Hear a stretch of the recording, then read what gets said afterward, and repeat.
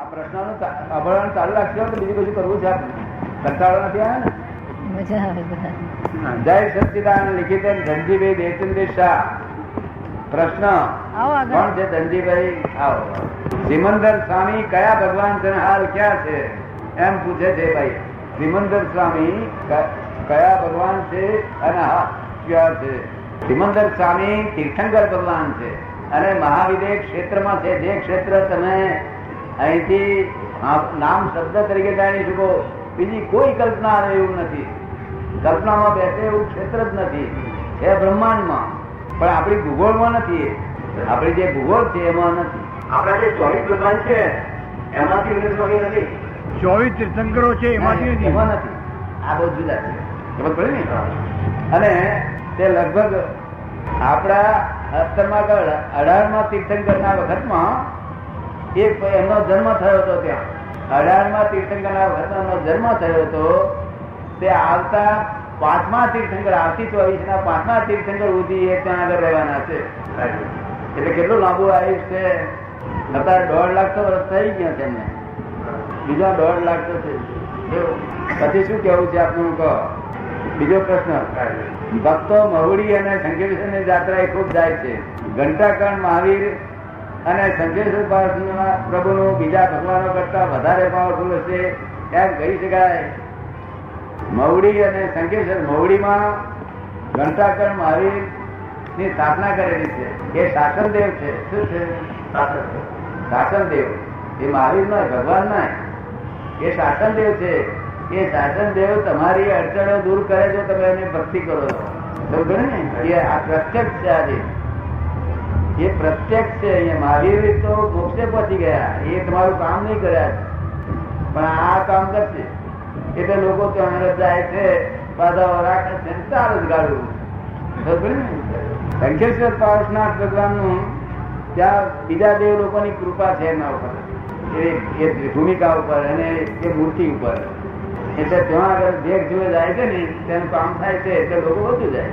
એ જે કામ થાય છે એનાથી આત્મસિદ્ધિ થાય. એ કામ થાય છે આત્મસિદ્ધિ થાય. આત્મસિદ્ધિ માટે આવું કોઈ કરાવે જ નહીં. આ તો જેને છોકરા જોઈતો હોય, પૈસા જોઈતા હોય, આ રોગ કાઢવા હોય, એ બધા ભૌતિક સુખો માટે લોકો દોડધામ કરે છે. સમજ ને? આત્મા માટે તો હોય છે ને. આત્મા વાળા તો આવી બાધાઓ રાખે જ નહીં ને. આત્મા વાળાને બાધા રાખવાનું તો શું કારણ છે? સમજ ને? બીજો પ્રશ્ન. આપના જ્ઞાનમાં અને તીર્થંકરના જ્ઞાનમાં કઈ ફરક ખરો? તો ફરક તો બધો બહુ. મારું જ્ઞાન અને તીર્થંકરના જ્ઞાનમાં બહુ ફરક. જો તીર્થંકર તો આખા દુનિયાના ઊંચામાં ઊંચા પરમાણુ, દેવ લોકો કરતા બધા કરતા ઊંચા પરમાણુ, એ દેહ કેવો હોય, દેહનું લાવણ્ય જોવું તો તમે ખુશ થઈ જાઓ. એને જોતા જ આનંદ થઈ જાય. શું થઈ જાય? ખબર ને?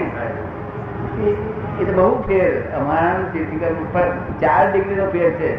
356 ઉપર ઉભો રહ્યો છે, 308 ઉપર એ પોતે, પણ 4 ડિગ્રીમાં તો બહુ લાંબો ફેર છે. તો અમને સુખ તીર્થંકર ના જેવું વર્તે, પણ અમારો પ્રભાવ તીર્થંકર જેવો ના પડે. તો બીજું કઈ પૂછવું છે એમાં આગળ? ચોથો પ્રશ્ન. આપ જન્મે પટેલ છો, પણ આપણા મંત્રો જૈન ધર્મના મંત્ર મળતા આવે છે, તો આપણા પર કયા ધર્મનું વર્ચસ્વ છે? આ જૈન ધર્મના મંત્રો હું જે બોલું છું ને, જોડે જોડે વૈષ્ણવનો ધર્મ છે, વૈષ્ણવનો મંત્ર છે, અને જોડે જોડે શિવનો પણ મંત્ર છે. એની જોડે આખા જગતના ધર્મો સમાય એવો જય સચ્ચિદાનંદ મંત્ર છે. એટલે આ છે તે બધા ધર્મો ભેગો મંત્ર છે. તે ઋષભદેવ ના ભગવાન વખતમાં ફર્સ્ટ તીર્થંકર ઋષભદેવ ના વખતમાં ઋષભદેવ ભગવાને કહ્યું કે ભાઈ તમારા આ વેદાંત દ્વારા જૈનો પોતપોતાના ડેરા વહેંચી લેજો કે છે. શું કે છે? આ ડેરા નો ભાગ વહેંચી લેજો, પણ આ મંત્રો વહેંચજો નહીં, એવું કહ્યું હતું. શું કહ્યું હતું? આ મંત્રોની વહેંચણી કરશો નહીં તો લોકોને શાંતિ નહીં રહે કે છે. આ મંત્રો વહેંચણી કર્યું તો ત્યાં થયું ને 1100 હું વહેંચી નાખી. ત્યાં શિવની 11, આની 11, આ સાથે તપોગોચવાનું, આ સાથે સ્થાનકવાસીનું, આ ચેતન બધું જાણતા ઝઘડા રૂપા કર્યા છે. આ મંત્રો અમે લખ્યા છે એ નિષ્પક્ષપાતી છે, માટે જે બોલશે એના બધા અડચણો દૂર થશે. સમજો ને? આ સચિદાનંદનો અર્થ શું? સચિદાનંદનો અર્થ શું? જય સચ્ચિદાનંદનો અર્થ શું? જય સચ્ચિદાનંદ પ્રભુ પોતે જ જય સચ્ચિદાનંદ બધાનો સચ્ચિદાનંદ રૂપે રહ્યા છે. શું? એટલે બધું એમાં સમાવેશ થઈ જાય. સચ્ચિદાનંદ બીજી કોઈ વસ્તુનો સમાવેશ પામે નહીં, બધી વસ્તુ સચ્ચિદાનંદનો સમાવેશ પામે. આ સમજમાં આવે છે? સચ્ચિદાનંદ બધામાં રહેલો છે. જે પ્રભુ આત્મા એ સચ્ચિદાનંદ સ્વરૂપ છે અને તે બધાને કબૂલ છે. શિવ ધર્મી વાળાને, વૈષ્ણવ વાળાને, જૈનોને બધા સચ્ચિદાનંદ એક. આપણું બીજું કઈ પૂછવાનું છે? હા? એક બાકી છે છેલ્લો. સવારે જીન પૂજાનું છેલ્લું બાકી. છેલ્લું બાકી છે સવારે જીન પૂજાનું. હા બહુ બધા બહુ થઈ ગયા છે.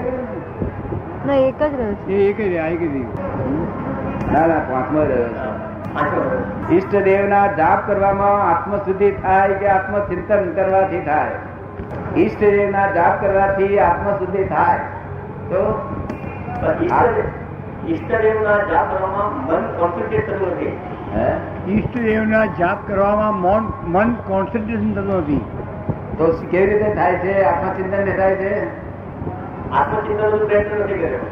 આત્મચિંતન પ્રયત્ન નથી આત્મચિંતન કર્યો. કેવી રીતે કરી શકે? જ્યાં સુધી આત્મા જાણ્યો નથી ત્યાં સુધી આત્માનું ચિંતન કેવી રીતે કરી શકે? આધ્યાત્મિક પુસ્તકો વાંચીએ એના પરથી ચિંતન કરીએ. શબ્દોથી ચિંતન થઈ શકે. શબ્દોથી યથાર્થ આત્મા તો ખબર ના પડે. શબ્દોમાં જે છે એ રીતે ચિંતન કરે છે. એ સારું, વધારે સારું છે. એ જો બની શકે તો સારું છે. જે શબ્દોથી વર્ણન છે આત્માનું, શબ્દોથી ખાલી. આત્મા તો ખરી રીતે નિશબ્દ છે. શું છે? હા, ચાર વેદ ભણી રહે એટલે જાણે હું કમાઈ ગયો. એટલે વેદ ઈચ્છા જ બોલે છે કે this is not dead, this is not dead. તું આત્મા બોલ ત્યાં ન કે શું કે છે? આ માથાફોડદારી ગેરી કરીને નકમી ગઈ ગયા. ચાર વેદ ભણ્યો તે આત્મા નો. આત્મા ગોટું જ્ઞાની. ઈષ્ટદેવના જાપ કરવામાં કોન્સન્ટ્રેટ ન થાય એવું છે. શું કે છે? ઈષ્ટદેવના જાપ કરવામાં મન કોન્સન્ટ્રેશન થાય એવું કઈ છે? એ તો તમારા ઈષ્ટદેવ ઉપર પ્રેમ હોય એ પ્રમાણે આધાર રાખે છે. બૈરીના જાપ કેમ સરસ કરે છે? કોન્ફિડન્સ થઈ રહે છે અને અહીં કેમ નહીં રહેતો? એટલે ઇન્ટરેસ્ટ ઓછો છે આપણને ઈષ્ટદેવ ઉપર. તમને કેમ લાગે છે? બરોબર છે. હા? બરોબર છે. છોકરા પર આપણે છોકરા પર નહીં એકાગ્રતા થતા, બૈરી પર થાય છે એકાગ્રતા, પણ મોમાં નહીં થતા. સમજ પડે ને? આ શબ્દોથી આત્મચિંતન કરવું બહુ ઉત્તમ વસ્તુ છે. જો બને તો તમને ખ્યાલ હોય તો. છઠ્ઠો પ્રશ્ન, સવારે જીન પૂજાનો એક માળા ગણવાનો તેમજ ઘેર આવીને દીવો કરવાનો નિત્યક્રમ છે. આમાંથી એક પણ વસ્તુ કરવાની રહી જાય તો આખા દિવસના કામમાં ભરેવાર આવતો નથી. એનું કારણ શું હશે? આ જીન પૂજા અહીંયા આગળ કપડું બાંધીને જાવ છો ને? પેલી ડાબડી લઈને જાવ છો ને? ડાબડી લઈને જાવ છો, કપડું બાંધીને જાવ છો. તે હું અમારી મામાની પોળમાં બેઠો હતો અમારા હોટલે. તે જતા આવતા તમારા જેવા હોય ને ત્યારે હું પૂછું, ડાબડી લઈને જતા હોય ડેરાસરમાં, અમારી પોળમાં ડેરાસર બે છે, એટલે ડેરાસરમાં જતા હોય તો હું બોલું, પુલાવ શેઠ અહીંયા આવો ને, ક્યાં જાઓ છો? આ દાદાજી અહીં જઉં છું આપણે ડેરાસરે, પાર્શનાથ ભગવાનના ડેરાસરે. કેમ તમને ટેવ પડી છે? હેબિચ્યુએટેડ થઈ ગયેલા છો? આના ટાઈમે દેખું છું દરરોજ આના ટાઈમે જરા ફેરફાર નહીં થતો અને આનો આ જોઈએ આ ડાબડી આની આ તમને ટેવ પડી ગઈ છે. દાદા ટેવ કહેવાય, તમને ટેવ જ પડી ગઈ છે તમને. એ જો પછી તમે ના કરો તો આખો દાડો ચેન ના પડે. જેમ ધ્યાન આપ્યો તો ચેન નહીં પડતું ને, એવું આ ના કરો ચેન ના પડે. એને ટેવ કહેવાય. આવું ટેવ ના કરી નાખો, જાગૃતિ પૂર્વક કરો બધું. શું કહ્યું? નહીં, માઇન્ડનું કઈ મગજનું કઈ તકલીફ નથી પડતી, પણ કામ સક્સેસ નથી થતા. કોઈ પણ કામ સક્સેસ નથી થતા. કોઈ પણ કામ સક્સેસ થતા નથી જો એ ન થાય તો. કોઈ પણ કામ સક્સેસ ન થાય. હા, પણ તે તમે જાગૃતિ પૂર્વક કરો ને બધો કામ સરસ થઈ જાય. આ જાગૃતિ પૂર્વક નહીં કરતા ટેવ પડી ગયું હોય, જેમ ચાની ટેવ પડી હોય એવું સવારના પરમાં ઉઠ્યો ઘોડ્યો તો બને ને. ત્યાં આગળ જઈને ભગવાનને કહીએ, ભગવાન પાર્શનાથને કહીએ, ભગવાન રોજ આવું છું, જરા તો શરમ રાખો. કહે શું કહ્યું? આ દિન ઉપર જરા તો રાખો કૃપા. કહે શરમ રાખો. કહે કોઈ ક્લેશ મારતો થાય છે કે આ શું તે શી મારી ભૂલ છે કહો તો તમારી શી ભૂલ છે મને કહો કહીએ તો ભલે ને આમ રોજ રોજ જાય છે ને પાછું ગયા રિપ્લેસ થાય મતભેદ પડે છે દર્શન કરવાથી મતભેદ ના પડે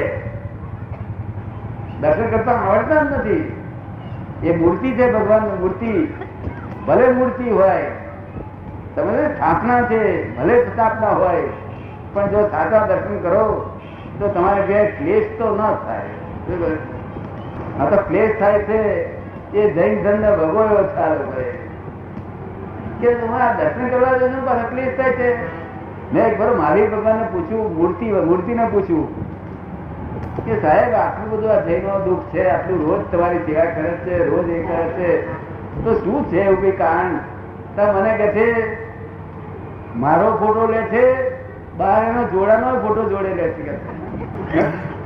એટલે પછી બધા લોકો પછી મેં બોલે જોડાનો શું ફોટો લે છે તારે જોડો કોઈ ઉઠાઈ જશે વિછાઈ જશે એવું મને રહે છે બહાર જો બૂટ કાઢ્યો હોય ને ઉઠાઈ જશે એની ચિંતા કરવાની હોય કે ભગવાનનું દર્શન કરવાનું હોય દર્શન કરવા હા તે મને લોકો કહે છે તો મને અમારે કરવું શી કે એમને ચિંતા આમ થઈ જાય છે કે બહાર લઈ જશે લઈ જશે સર મેં એને કહ્યું મેં જોડાને એવું કેવું એ જોડા તારે જવું હોય તો જજે રહેવું હોય તો રહેજે હું તારા દર્શન કરવા ચાલ્યો તારે જવું હોય તો જજે પણ તું મને હેરાન ના કરીશ શું કહ્યું ખબર પડી ને પછી અંદર જવું તે જો ગયા તો ગયા ને રહ્યા તો આપણે કઈ સારું થયું બહાર રહ્યો શું કહ્યું અને ગયા તો સારું થયું આપણે કહ્યું હતું એને ખબર પડી ને